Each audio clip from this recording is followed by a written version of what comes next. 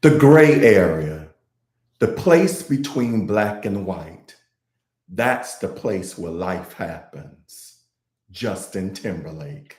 Grand Rising! If you are a first time viewer, welcome. My name is Joseph Long, and I thank you for tuning in. To my returning viewers, hello, friends, and thank you for your consistent support. According to WebMed, black and white thinking is a thought pattern that makes people think in absolutes. So this is right or this is wrong. Things are all good or all bad. It's all or nothing.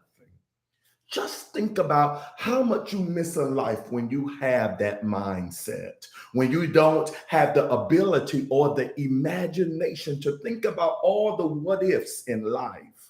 If I was to take a poll on my Instagram, YouTube, or Facebook, asking you if you have a black and white or gray mindset, I believe most of you would think that you think in an all gray mindset. We want to believe that we have a growth mindset and are able to accept change and new ways of doing things. But there's no way that that could be the case all the time.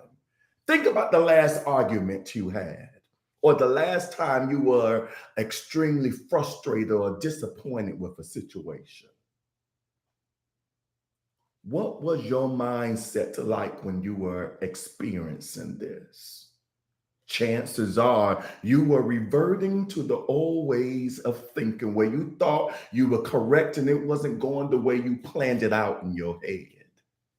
Now, I want you to start thinking about, I don't want you to start thinking about yourself negatively around this. And I want you to turn it into a gray situation.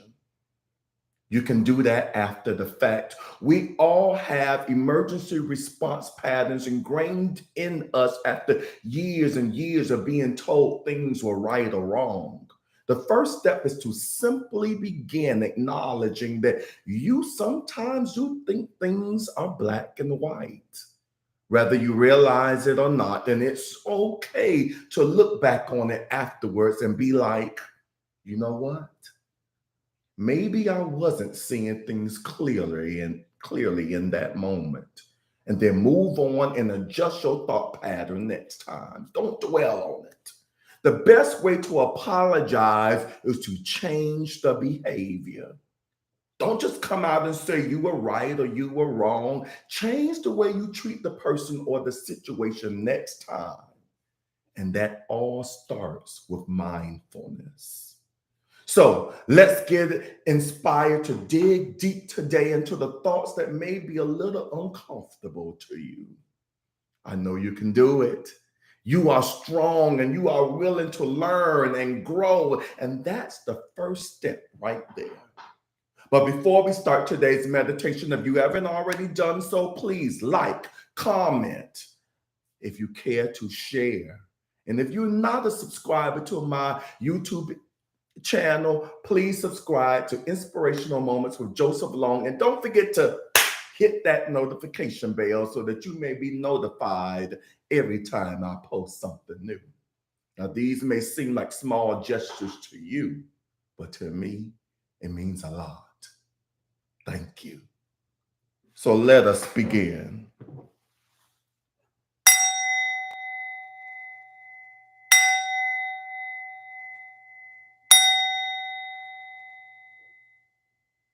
Begin to allow yourself to feel present and centered.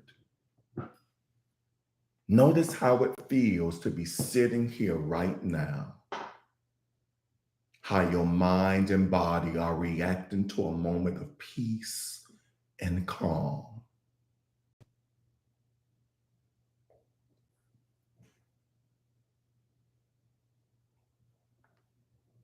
Breathe in through the nose and sigh out through the mouth.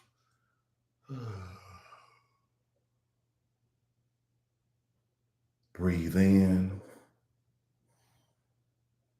breathe out.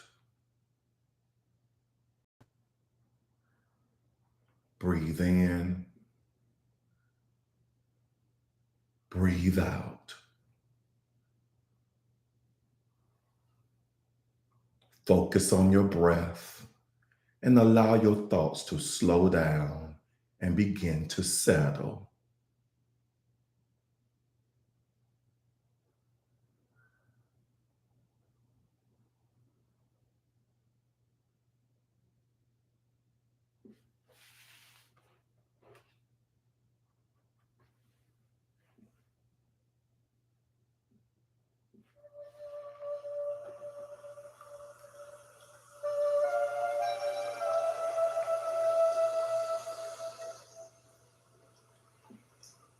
Now, I want you to think about the last time your sense of ease and your sense of peace was put in jeopardy.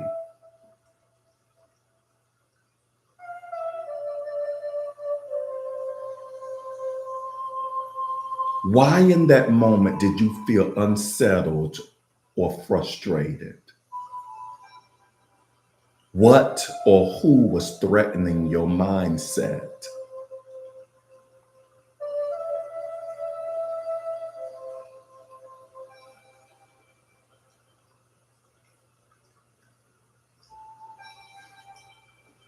What did you feel physically and emotionally?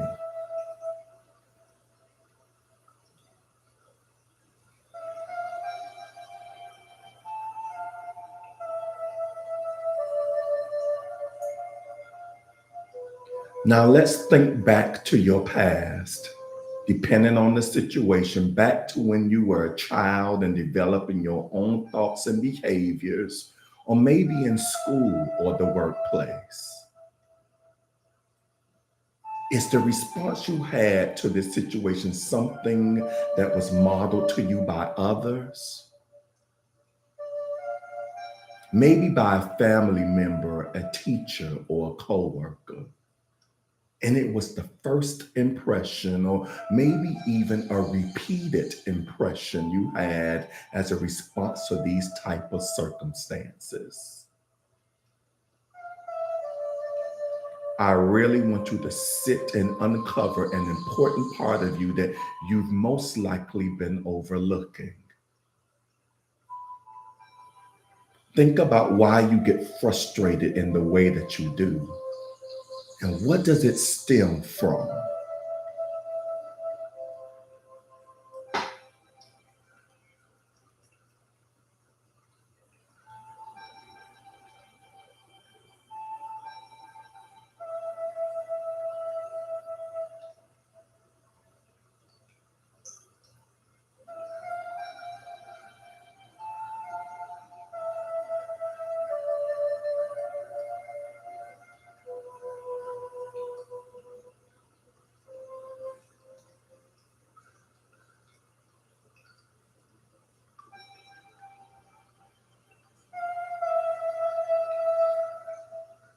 Now I want you to come back to focusing on a few deep breaths, focusing on the action of the breath, the air coming into your body and then leaving your body.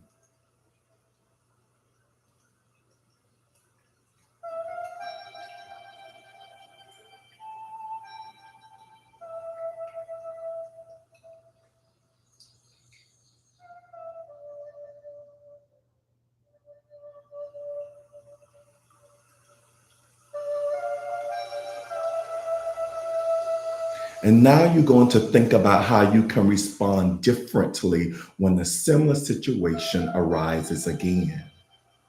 How can you change the narrative? How can you change the outcome?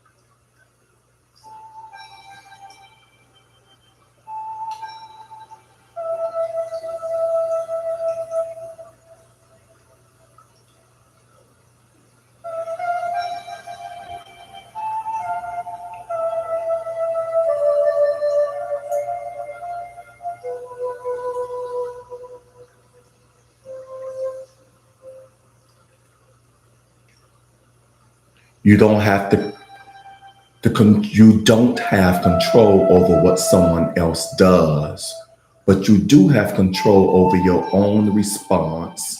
And that simple adjustment can be the trigger that sets a whole new set of things in motion. You have the power to change a situation based off the way you react.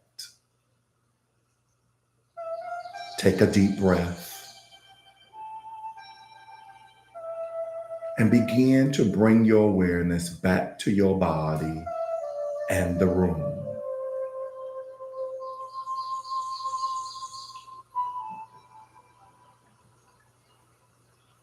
And know that I'm sending you good vibes this week. You can be brave and begin to notice when you're seeing things in black and white versus the gray.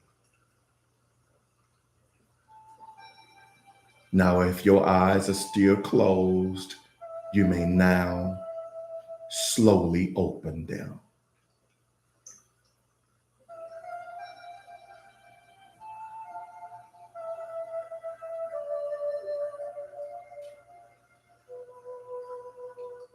Namaste. Now, I'm going to challenge you a bit. I'm going to make you second guess some things. I want you to be mindful that there's so many times we think we're being open and free and willing to accept change when in reality, we're only willing to accept it if it goes our way. Again, there's nothing wrong with that if it's not the total norm. So that's your mindful action for the rest of the week. Notice when you're thinking in the black and white mindset, when you're stuck and when you're frustrated, how can you use mindfulness to rearrange those thoughts to make it a gray area that you're open minded about, therefore making it more interesting?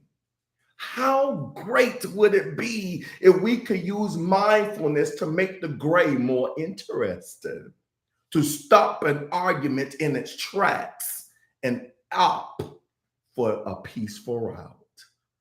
And so it is. All right, let's see who's on here live with me this morning. Okay, just a few of you, but I appreciate you all for lending your consciousness. I see on IG, I have Miss Bernie on here. Glad I have a healing practitioner in the house. Grand rising to you. Miss Martha, hello, Miss Martha. I'm loving it. You've been spoiling me lately. Good to be stood up. Been seeing you consistently of late. Grand rising to you, my friend. And speaking of consistency, grand rising, Miss AP. Good to have you.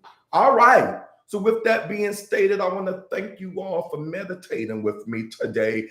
And I ask and I virtually look forward to seeing you all tuning in with me tomorrow on my YouTube and Instagram channels at 7 a.m. Eastern Standard Time for another guided meditation. Peace, love, and blessings. Mwah.